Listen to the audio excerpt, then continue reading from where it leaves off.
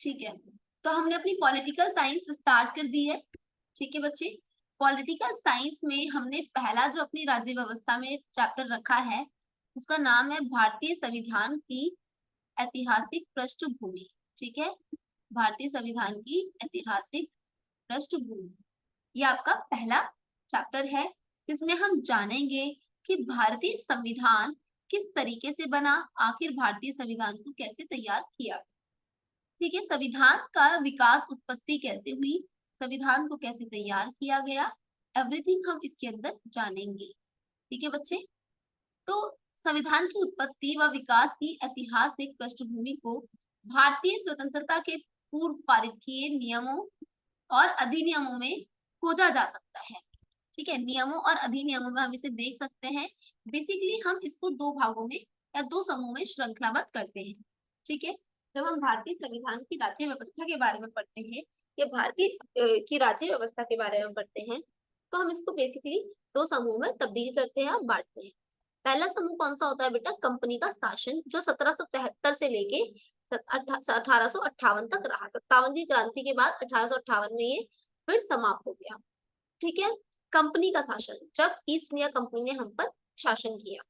फिर आया आपके क्राउन का शासन जो 1858 से लेके 1947 तक चला और 1947 में बेसिकली हमें फ्रीडम मिल गई थी। ठीक है, अब जो है 1964 में बक्सर के युद्ध में अंग्रेजों की विजय उपरांत उन्हें दीवानी अधिकार प्राप्त होने के बाद आरंभ हुआ। यानी कि 1964 में बेसिकली अंग्रेजों ने क्या करा था, बक्सर के युद्ध में जीत कर दीवानी अधिकार, सिविल जो कोर्ट थे आपके, उनके अधिकार, सिविल जितने भी अधिकार थे वो प्राप्त कर लिए। और 1857 के विद्रोह के बाद इस शासन का आरंभ हुआ। इसका शासन का कब आरंभ हुआ, 1764 के बाद, जब बक्सर का युद्ध लड़ा गया उसके बाद यहाँ पर कंपनी ने शासन अपना शुरू कर दिया और यहाँ पर 1857 की क्रांति के बाद हमारा ये वाला शासन शुरू हुआ। तो बेसिकली पूरे टाइम पीरियड को हम किसमें बांटते हैं, 1700 ईस्वी से लेके 1900 ईस्वी तक, 200 साल तक कम से कम इन्होंने हम पे शासन किया अंग्रेजों ने। ठीक है, तो हम बेसिकली बोले तो 1757 से भी आप बांट सकते हो इसको। ठीक है, क्योंकि प्लासी का युद्ध हुआ था यहाँ पे टू 1947 में जाकर हमें आजादी मिली। ठीक है, ये हमारा काल रहा। अब आते हैं, हम आगे बढ़ते हैं अपने। ठीक है,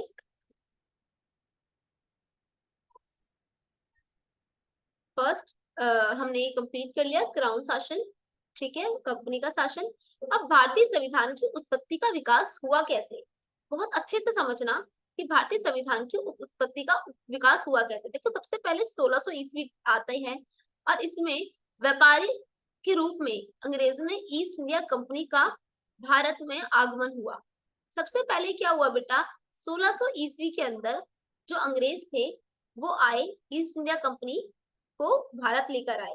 ठीक है, भारत में इनका आगमन हुआ। फिर 1757 में, इससे पहले क्या बेटा, 1757 में क्या हुआ, प्लासी का युद्ध हुआ सिराजुद्दौला के बीच में, है ना, 1757 में। ठीक है, सिराजुद्दौला रॉबर्ट क्लाइव के बीच में हो गया। ठीक है, फिर 1764 में हुआ। ठीक है, 1764 में हुआ, कैसे हुआ, 1764 में बक्सर का युद्ध हुआ, किसमें, मीर कासिम, शाह आलम, सुजाउद्दौला और हेक्टर मुनरो की सेना के बीच में हुआ। और दोनों युद्ध भारत ने जो है, भारतीय शासकों ने ये दोनों युद्ध हार गए थे। ठीक है, ये दोनों युद्ध हम हार गए थे। फिर आती है डेट 1765। 1765 से स्टार्ट हो गई थी हमारी कंपनी का शासन, है ना। कंपनी ने दीवानी अधिकार प्रदान कर लिए या अपने आप को दीवानी अधिकार दिए। तो यहाँ से क्या हुआ, कंपनी का शासन शुरू हो गया, कहाँ से, यहाँ से। ठीक है, फिर 1773 में कंपनी के शासन को देखने के लिए एक बहुत ही महत्वपूर्ण एक्ट बनाया गया। उसका नाम था, कौन सा एक्ट, रेगुलेटिंग एक्ट। जिसका नाम क्या था बेटा, रेगुलेटिंग एक्ट था। अब इस रेगुलेटिंग एक्ट ने क्या करा, कंपनी का शासन, जो कंपनी ने क्या करा था 1773 में से लेके 1858 तक चलाया था। ठीक है, यानी कि 1858 यानी कि सिर्फ इस बीच तक इस कंपनी का शासन हुआ। ठीक है, कंप्लीट। पर इसके बाद और कौन कौन सी डेट, 1781 में, 1781 में क्या हुआ, एक्ट ऑफ सेटलमेंट आया। ठीक है, याद रखना ये कौन सा एक्ट कब आया, आ जाएगा ये क्वेश्चन। 1784 में यानी कि 1784 में क्या आया, पिट्स इंडिया एक्ट आया, ठीक है, पिट्स इंडिया एक्ट आया। और 1813 में क्या आया, चार्टर एक्ट आया। अब 1813, 1833 और 1853, ठीक है, 20-20 साल का गैप है। तो इसमें क्या हुआ बेटा, चार्टर एक्ट आए, ठीक है, 3 चार्टर एक्ट हमारे आए। बेसिकली जाके हमने यहाँ पर 1857 में विद्रोह यानी कि क्रांति बोल दी, हमारे यहाँ भारत की तरफ से 1857 की क्रांति हो गई। और ये 1857 की ऐतिहासिक बहुत बड़ी क्रांति मानी जाती है सैन्य कार्यवाही के लिए।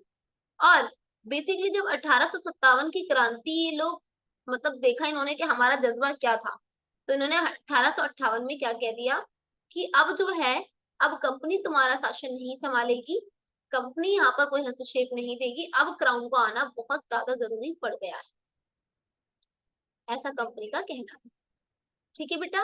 एंड द नेक्स्ट इज, जब 1858 में भारत शासन अधिनियम आया, इसमें क्या हुआ, जो क्राउन शासन है यानी कि जो एलिजाबेथ है वो क्राउन शासन लेकर आई, यानी कि वो राजा यहाँ पर आके काम करेगा, यहाँ के चीजों को देखे क्राउन शासन, ठीक है। तो सबसे पहले भारतीय परिषद अधिनियम आया, ये एक तरीके से कानूनी तो बनाए जा रहे हैं, यानी कि संविधान टाइप का ही तो बनाया जा रहा है। तो भारतीय परिषद अधिनियम आया, कब आया, 1960 में आया, 1992 में आया, सॉरी 1861 में आया, ठीक है, 1892 में आया, ठीक है, और 1909 में आया। साथ में भारत शासन अधिनियम जिसमें द्वैत शासन की स्थापना की गई थी, वह अधिनियम कब आया, 1919 में आया, ठीक है। भारत शासन अधिनियम जिसमें द्वैत शासन की आलोचना की गई, वह समाप्त किया गया, वो 1935 में आया, ठीक है। और इसी तरीके से हमें हमारे पास एक और अधिनियम आया। अधिनियम क्या होता है, एक्ट होता है, एक्ट क्या होता है, कानून होता है, ठीक है। अब 1947 के अंदर फाइनली स्वतंत्रता अधिनियम हमने प्राप्त करके अपने आप को स्वतंत्र घोषित कर दिया, ठीक है। कम्युनल अवार्ड सांप्रदायिक पंचायत 1932 में बैठी थी। और देखो बेटा इस वाले समय को, किस वाले समय को, वेट मेरे लाल, जो ये है, ठीक है, यहाँ पे दो टाइप के टाइमिंग है, पीरियड्स हैं आपके। एक है आपका ये, ठीक है, ये वाला जो काल है वो कंपनी का शासन माना जाता है, ठीक है बेटा, ये वाला जो काल है। और जो ये वाला काल है आपका, ये वाला काल है, ये आपका क्राउन का शासन माना जाता है, जब क्राउन आए। देन दोनों शासन अलग है, इसी तरीके से हमारे अधिनियम बनते चले गए और हमारे यहाँ पर ही संविधान का विकास तय हो गया। अब फाइनली हमें आजादी तो मिल गई, अब हम क्या करेंगे, अब हम संविधान बनाएंगे अपना अच्छे से। पर संविधान की पहली बैठक कब हुई थी, 1946 में ही हो गई थी, ठीक है। चलो, कंपनी के शासन के अधीन संवैधानिक विकास क्या था।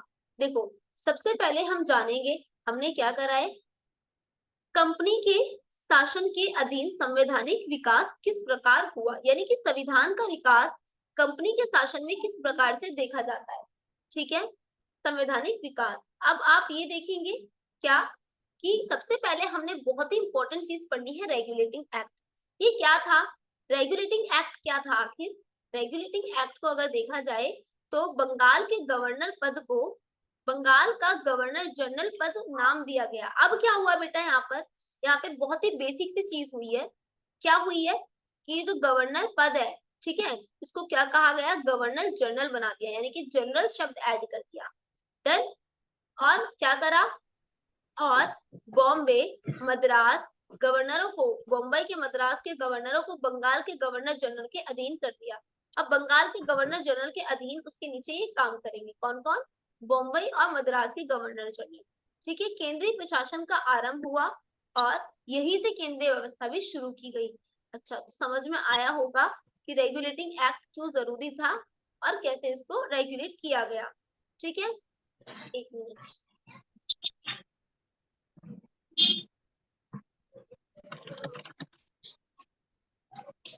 आ जाते हैं इसमें। रेगुलेटिंग एक्ट के अंदर केंद्रीय प्रशासन आरंभ हुआ, ठीक है, केंद्रीय प्रशासन आरंभ हुआ। कोर्ट ऑफ डायरेक्टर्स के लिए अनिवार्य किया गया कि भारत में राजस्व का प्रशासन सैन्य मामलों पर रिपोर्ट भेजे। और 1900 1974 में फोर्ट विलियम, बेटा ये इंपॉर्टेंट है, इस पे आप अलग से कॉपी में लिख लें इसको कि 1774 में फोर्ट विलियम में सुप्रीम कोर्ट, बहुत कम शक्तियां का गठन किया गया। सुप्रीम कोर्ट के अंदर जो सुप्रीम कोर्ट बनाया गया उसमें बहुत कम शक्तियों का गठन किया गया। वॉरेन हेस्टिंग जो थे गवर्नर बने, बंगाल के सबसे पहले गवर्नर। तो ये आता है क्वेश्चन, बंगाल के सबसे पहले गवर्नर कौन थे, आप बताएंगे, लॉर्ड वॉरेन हेस्टिंग। ठीक है, अब आते हैं नेक्स्ट पर। अब रेगुलेटिंग एक्ट होप समझ में आ गया होगा आप लोगों को, है ना, रेगुलेटिंग एक्ट समझ में आ गया होगा।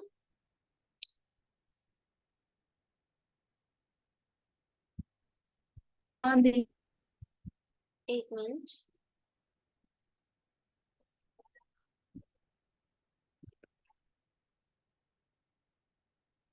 अब आता है आपका पीट्स इंडिया एक्ट। क्या आता है, पीट्स इंडिया एक्ट आता है। तो पीट्स इंडिया एक्ट जो है वो 1784 में किया गया था। शासन की दोहरी व्यवस्था कार्यों के लिए कोर्ट ऑफ डायरेक्टर्स, राजनीतिक कार्यों के लिए बोर्ड ऑफ डायरेक्टर्स कंट्रोल लागू की गई और कंपनी के अधीन क्षेत्रों को ब्रिटिश अधिकृत भी कहा गया। ठीक है, जो कंपनी के अधीन क्षेत्र थे उन सबको क्या कहा गया, ब्रिटिश अधिकृत कहा गया। और बोर्ड ऑफ कंट्रोल को मजबूत बनाकर कंपनी के मामलों पर नियंत्रण को बढ़ावा दिया। ब्रिटिश सरकार ने नियंत्रण पर बढ़ावा दिया। ठीक है, तो उन्होंने क्या करा, बोर्ड ऑफ डायरेक्टर्स बना दिए। ठीक है, बोर्ड ऑफ कंट्रोल्स बना दिए। बोर्ड ऑफ डायरेक्टर्स कहाँ बने थे, रेगुलेटिंग एक्ट में। बोर्ड ऑफ कंट्रोल कहाँ बने हैं, कहाँ बने हैं, एक्ट में, कौन से एक्ट में, पीट्स इंडिया एक्ट के अंदर। ठीक है, ठीक है, अब आता है आपका चार्टर एक्ट। इसमें भी ब्रिटिश ने व्यापारिक अधिकार को अफीम व्यापार पर छोड़ को समाप्त कर दिया। विज्ञान और शिक्षा को प्रोत्साहन करने का बढ़ावा दिया। शिक्षा पर लाख के लिए वार्षिक प्रावधान प्रदान किया कि हम तुम्हें शिक्षा के लिए धन देंगे। और चार्टर एक्ट 1833 में क्या हुआ, केंद्रीकरण की दिशा में पहला कदम बढ़ाया गया और बंगाल के गवर्नर जनरल को भारत का गवर्नर जनरल बना दिया गया। इस अधिनियम को एक अन्य नाम से सेंट हेलेना एक्ट भी कहा जाता है। बहुत ही महान ये उत्तरी थी यहाँ की तो नहीं थी खैर। ठीक है, मद्रास और बॉम्बे प्रेसिडेंसी को विधायी शक्तियां अर्थात कानून बनाने की शक्ति को वापस ले लिया गया और सिविल सेवा के लिए खुली प्रतियोगिता प्रस्ताव लागू करने का असफल प्रयास किया गया। ठीक है, अब आता है ऐसे ही चार्टर अधिनियम, इन्हें याद करना है आपने क्या क्या किया गया। ठीक है, संसदीय व्यवस्था ला कर दी गई चार्टर अधिनियम के अंदर, प्रतिबद्धता सेवा अनुमति दे दी गई और प्रतिनिधित्व को शामिल होने की भी अनुमति दे दी गई। अब क्राउन, अब 1858 में क्या हुआ, ताज शासन आ गया। 1861 में क्या हुआ, पोर्टफोलियो में अध्यादेश जारी हुआ। ठीक है, इसी तरीके से 1892 में विधान परिषद के कार्यों का विस्तार किया गया और बजट पर चर्चा हुई। 1990 में, बेटा ये इंपॉर्टेंट है, देखो इतने सारे जो मैंने आपको एक्ट पढ़ाए ना, आप अगर आप उसे याद नहीं कर रहे, उसे सिर्फ पढ़ रहे हो तो इट्स ओके, पर इसको आप बहुत अच्छे से पढ़ोगे। ठीक है, मार्ले मिंटो सुधार जो है, केंद्रीय प्रांतीय विधान परिषदों की भी संख्या बढ़ गई। मार्ले मिंटो सुधार बहुत इंपॉर्टेंट है, हर बार यूपीएससी यहाँ से और एसएससी भी यहाँ से हमेशा क्वेश्चन पूछता है। मुस्लिमों के पृथक के लिए निर्वाचक मंडल का प्रावधान किया गया। विधान परिषदों के सदस्यों द्वारा दायरे में विस्तार किया गया, जैसे अनुपूरक प्रश्न पूछना, बजट पर संकल्प करना आदि। कार्यकारी परिषद में भारतीयों को शामिल किया गया, जैसे कि सत्येंद्र प्रसाद सिन्हा जी। ठीक है, तो मार्ले मिंटो सुधार क्या है, केंद्रीय और प्रांतीय विद्वान परिषद के सदस्यों को बढ़ाने के लिए और सारी चीजों का ध्यान में रखने के लिए विकास वगैरह। ठीक है, कब करा गया था, डेट इसकी याद रखना, 1909 में। ठीक है, मॉन्टेग्यू चैम्सफोर्ड सुधार जो था 1919 में किया गया था, 1919 में।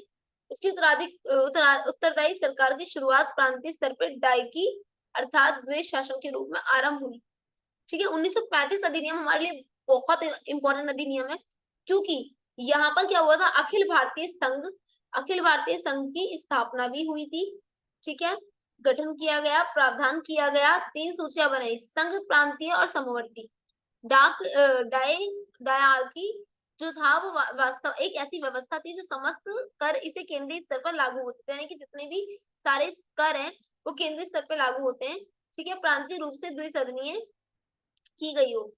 वंचित वर्गों, महिलाओं और मजदूरों के लिए पृथक निर्वाचक मंडल का विस्तार किया गया और भारतीय रिजर्व बैंक और संघीय न्यायपालिका का गठन भी किया गया। इसी प्रकार से कुछ ये है कि ब्रिटिश शासन का अंत जो था वो वायसराय की secretary of state of India पद की समाप्ति से हुआ था और संविधान के निर्माण तथा उसे अपनाने या अंगीकरण करने की कोई शक्ति नहीं दी है, ठीक है। मतलब इस तरीके से नहीं कि आप उसको बेफिजूल में कुछ भी कहेंगे, पर आपको एहतराम भी बहुत ज्यादा जरूरी है, ठीक है। देन इसके बाद आता है आपका संविधान का निर्माण किस प्रकार से हुआ।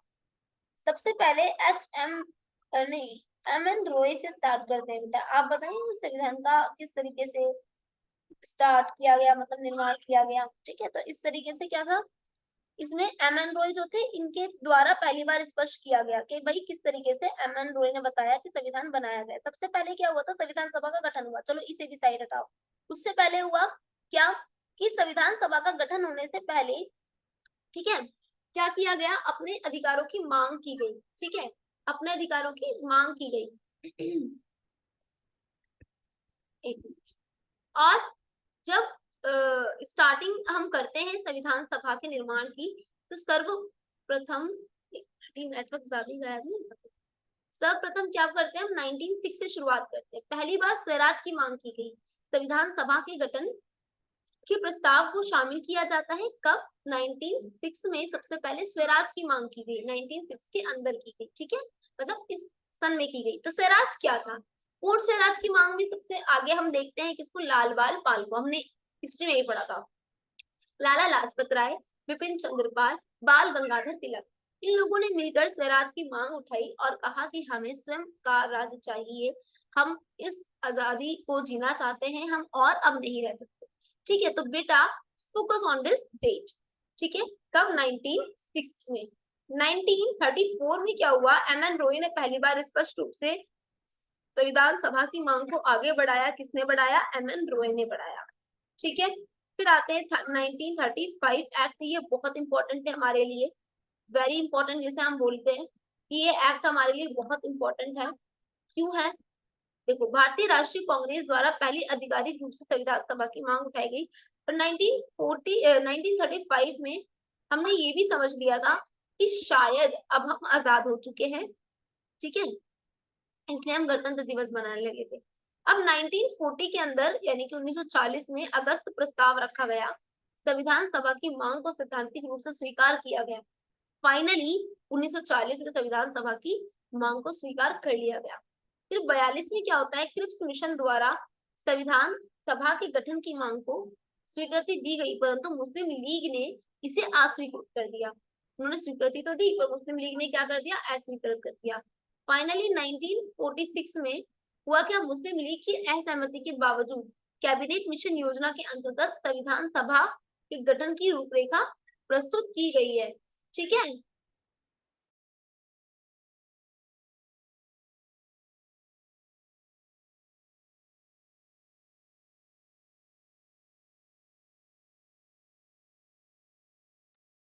ठीक है, अब जब मुस्लिम लीग की असहमति भाई स्पष्ट की गई तो संविधान सभा के गठन की रूपरेखा भी प्रस्तुत हुई। अब 1946 में 9 दिसंबर को, ठीक है, संविधान सभा की पहली बैठक हुई। लिख लो ये डेट, 9 दिसंबर। फिर नवंबर 1946 कैबिनेट मिशन द्वारा आधार पर संविधान सभा का भी गठन कर दिया गया, है ना। पहले गठन हुआ, फिर पहली बैठक दिसंबर में हुई, 9 दिसंबर, ठीक है। और फाइनली बैठक के बाद हमने सत्र कंप्लीट करे, अपने संविधान सभा के सत्र मतलब मीटिंग्स कंप्लीट करी, और इन मीटिंग्स के बाद हमारा संविधान फाइनली बनके भी तैयार हुआ। बट हाउ, कैसे, आती है डेट जो मैंने अभी आपको बताई, 9 दिसंबर 1946, जिसमें डॉक्टर सच्चिदानंद सिन्हा संविधान सभा के अस्थायी अध्यक्ष के रूप में संविधान सभा में पहली बैठक आयोजित की। डॉक्टर राजेंद्र प्रसाद जो थे वो स्थायी सदस्य के अध्यक्ष बने। दोनों को याद रखना, स्थायी भी अस्थायी भी। फिर आती है 13 दिसंबर को एक डेट और 1946, जिसमें पंडित जवाहरलाल नेहरू ने सभा के ऐतिहासिक उद्देश्य प्रस्ताव को प्रस्तुत किया और 1947 में अंगीकृत भी कर दिया, ठीक है। और 1947 में अगर देखें तो भारतीय स्वतंत्रता अधिनियम 1947 हुआ है और इसमें संविधान सभा के कुछ परिवर्तन हुए। क्या क्या हुए देखो।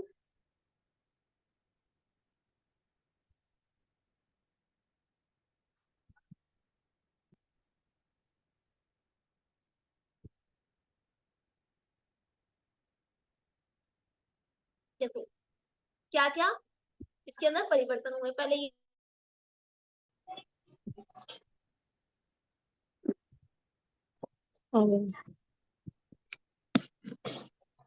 देखो।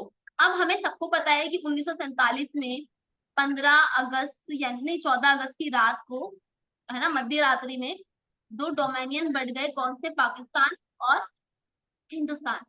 1947 में पाकिस्तान और हिंदुस्तान जब बढ़ गए तो स्वतंत्रता अधिनियम के अनुसार दोनों अलग अलग हो गए। अब भाई जो पाकिस्तान के जो लोग थे उनको तो संविधान सभा में हम नहीं रख सकते थे ना, तो कुछ परिवर्तन हुए। सभा को पूर्णतः संप्रभु निकाय बना दिया गया, विधायी निकाय बना दिया गया। ठीक है, स्वतंत्र भारत की पहली संसद बन गई है और मुस्लिम लीग के सदस्य यानी कि पाकिस्तान में शामिल हो चुके थे जो मुस्लिम लीग के सदस्यों द्वारा संविधान सभा को छोड़ने के बाद इसकी सदस्य संख्या कम होकर कितनी रह गई, 299 रह गई। ठीक है, ठीक है। अब ये तो समझ में आ गया क्या क्या करा गया बेटा, संपूर्ण निकाय बना दिया गया विधायी निकाय बना दिया गया। स्वतंत्रता में भारत की पहली संसद बन गई थी। ठीक है, जो हमारी संसद थी अभी पुरानी वाली, अभी तो मोदी जी ने न्यू बनवाई है, जो पुरानी वाली है अब उसका नाम पता है संसद का क्या है, उस संसद का नाम है अब संविधान सभा। ठीक है, या संविधान भवन उसको हम बोलते हैं क्योंकि वहां पे संविधान सभा हुई थी ना, इसलिए उसका नाम है संविधान भवन। फिर 26 नवंबर को फाइनली हमारा संविधान बनकर तैयार होता है। ये डेट है कि किस तरीके से संविधान बनकर तैयार हुआ है। 26 नवंबर जो इस तारीख को भारत के संविधान प्रारंभ की तारीख जो थी वो लागू की होने का इस तारीख को कहा जाता है। इस तारीख को चुना गया क्योंकि लाहौर अधिवेशन के बाद 26 जनवरी 1930 को पूर्ण स्वराज की घोषणा भी की गई थी, इसलिए हमने 26 जनवरी को चुना। पर 26 नवंबर को हमारा जो संविधान था वो तैयार हो गया था। इसमें अनुच्छेद कितने थे, 395 थे, अनुसूचियां कितनी थी, 8 थी। पर हमने जो लागू किया वो 26 जनवरी 1950 में लागू किया। कहा गया क्या इस तारीख को इसलिए चुना क्योंकि लाहौर अधिवेशन के बाद 26 जनवरी 1930 को पूर्ण स्वराज की घोषणा की गई थी, इसीलिए 26 जनवरी 1950 में हमने, नवंबर के बाद दिसंबर ही तो बचा था बीच में एक महीना, है ना, फिर जनवरी में हमने इसे लागू कर दिया। ठीक है, डन, इतना हमें समझ में आया। ठीक है ना, तो ये था हमारे संविधान का विकास। ठीक है, कैसे कैसे विकास हुआ हमारे संविधान का, ये था विकास। ठीक है, एक मिनट। नेक्स्ट इज स्वतंत्र व संप्रभु भारत। उद्देश्य प्रस्ताव के अंदर, हमारे संविधान के उद्देश्य प्रस्ताव के अंदर लिखा हुआ है कि भारत एक स्वतंत्र व संप्रभु भारत है, यानी कि एक बिल्कुल स्वतंत्र है, फ्री है और खुद की चीजें, खुद के फैसले खुद से ले सकता है। सभी शक्तियों का स्रोत जनता का निहित है, इसीलिए हम इसे लोकतंत्र कहते हैं। न्यायिक, सामाजिक, राजनीतिक, आर्थिक हमें न्याय है। कौन कौन सा न्याय बेटा, सामाजिक, आर्थिक और राजनीतिक न्याय हमें प्राप्त है। ठीक है, इसके अलावा विचार और अभिव्यक्ति की स्वतंत्रता है, हम चाहे अपने विचारों को सामने प्रकट कर सकते हैं। अभिव्यक्ति की स्वतंत्रता है, बोलने की स्वतंत्रता है हमें, बस ध्यान रहे कि कोई गलत चीज ना बोल दे, किसी को डिफेम ना करे। ठीक है, ये संविधान की उद्देशिका का आधार बना हुआ है। ठीक है, और अल्पसंख्यक, आदिवासियों तथा वंचित वर्गों के लिए रक्षोपाय है, यानी कि यहाँ पर हमने रिजर्वेशन भी दे रखा है। शांति व लोक कल्याण को बढ़ावा देना हमारे संविधान की सर्वप्रथम मान्यता मानी जाती है। संविधान की संरचना देखिए तो बेटा सदस्य संख्या या आपने याद कर लेना है सब। ठीक है, संविधान की सभा की संरचना जो थी, यानी कि कितनी सभा थी, पहले कुल जितनी भी थी हमारे पास वो कितनी थी बेटा, 389 थी, है ना। और इसमें ब्रिटिश प्रांत के सदस्य थे और देसी रियासतों के सदस्य 93 के थे। ठीक है, आंशिक रूप से नामित व आंशिक रूप से निर्वाचित जो थे। ठीक है, देसी जो रियासतों के राजा वगैरह होते थे वो प्रमुख रूप से नामित होते थे। ठीक है, आंशिक रूप से नामित होते थे, निर्वाचित नहीं होते थे। तो एकल संक्रमणीय मत के माध्यम से समानुपातिक प्रतिनिधित्व चुना जाता था, वो कौन होते थे, आंशिक रूप से नामित नहीं निर्वाचित होते थे। ठीक है, डन।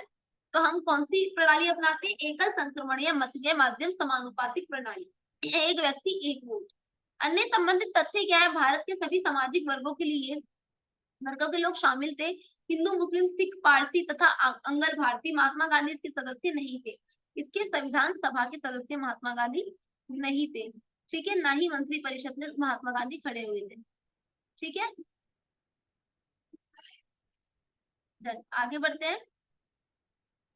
प्रमुख बड़ी समितियां जो थी, संघ शक्ति समिति थी पंडित जवाहरलाल नेहरू की अध्यक्षता में, संघ संविधान समिति थी, प्रांतीय संविधान समिति थी, प्रारूप समिति के अध्यक्ष कौन थे? प्रांतीय संविधान समिति के अध्यक्ष कौन थे? सरदार पटेल जी थे। संविधान समिति के कौन थे? पंडित जवाहरलाल नेहरू थे। प्रारूप समिति के तो कौन थे? ये बहुत इंपॉर्टेंट है। प्रारूप समिति के अध्यक्ष कौन थे? भीमराव अंबेडकर थे। एडवाइजरी परामर्श समिति के अध्यक्ष कौन थे? सरदार पटेल थे। प्रक्रिया नियम समिति के अध्यक्ष कौन थे? राजेंद्र प्रसाद थे। ये आपको सभी समितियों के अध्यक्ष के नाम याद करना है। ठीक है, जो संविधान सभा के अंदर समितियां थी, प्रमुख 8 बड़ी समितियां थी। ठीक है, इसके आपने सदस्य याद करना है। ठीक है, हाँ, क्योंकि ये जिसकी अध्यक्षता में बनाई गई थी आपने वो याद करना है। संविधान सभा की छोटी समितियां जो थी, वित्त और स्टाफ समिति थी, भाषाई प्रांतों से संबंधित थी। प्रारूप समिति जो थी उसमें डीपी खैतान के स्थान पर कौन थे? टीटी कृष्णाचारी, एलजी अयंगर, एके अय्यर, डॉक्टर के एम मुंशी एन माधव राव। ठीक है, बीएल मित्रा के स्थान पर थे, और एस एस सदुअल्ला। ठीक है, एडवाइजरी या परामर्श समिति 5 उप समितियां में से है। मूल अधिकार के लिए आप एडवाइजरी ले सकते हो। अल्पसंख्यक मामले में, अपवर्जित मामले में। संविधान सभा की आलोचना क्यों की जाती है? प्रतिनिधात्मक संस्था नहीं थी ये, आरंभ में संप्रभु संस्था नहीं थी। ठीक है, संविधान तैयार करने में बहुत अधिक समय लग गया, और कांग्रेस का प्रभुत्व ज्यादा था यहाँ पर, और राजनीतिज्ञ वकीलों का अधिक प्रभाव था। हिंदू समुदाय का वर्चस्व भी बहुत ज्यादा देखा गया था, इसलिए संविधान सभा की आलोचना की जाती। संविधान सभा क्या है, संविधान क्या है, कैसे बना, कैसे शुरुआत हुई, इस सारी चीजें हमने इसके अंदर देखी हैं। एंड ऑल्सो हमने ये भी देखा है कि संविधान को किस प्रकार से बनाया गया, किस प्रकार से इसकी महत्वपूर्णता को समझाया गया। ठीक है, तो ये आपका लेसन नंबर 1 आज कंप्लीट होता है। संविधान सभा, भारतीय संविधान की ऐतिहासिक पृष्ठभूमि को अच्छे से समझ में आया होगा। ठीक है।